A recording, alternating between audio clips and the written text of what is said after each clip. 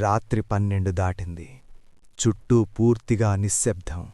అంత నిశ్శబ్దమంటే ఆ నిశ్శబ్దంలో గాలికూడా ఊపిరాపుకున్నట్టుంది.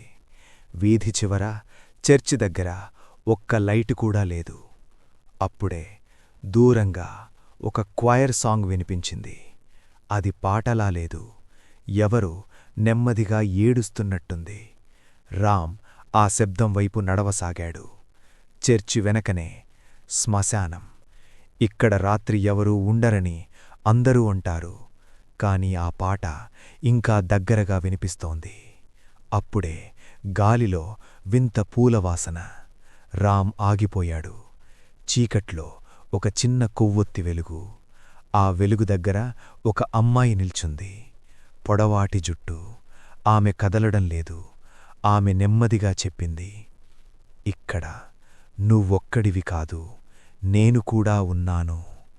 ఆ మాట వినగానే రామ్ చెవి దగ్గర ఒక్కసారిగా గుండె ఆగిపోయినట్టయింది.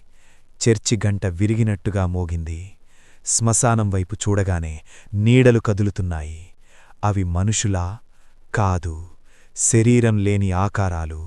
అవి నెమ్మదిగా రామ్ వైపు వస్తున్నాయి. రామ్ వెనక్కి తిరిగి పరుగెత్తాడు. కాని దారిలేదు. ఒక సమాధి దగ్గర ఆగిపోయాడు. అందులో ఉన్న పేరు చూసి అతని కాళ్ళు వణికిపోయాయి. రామకృష్ణ. మరణించిన తేదీ 10/1/2022. అంటే ఆ సమాధి రామ్దా? అయితే ఈ కథ ఎవరు చెబుతున్నారు?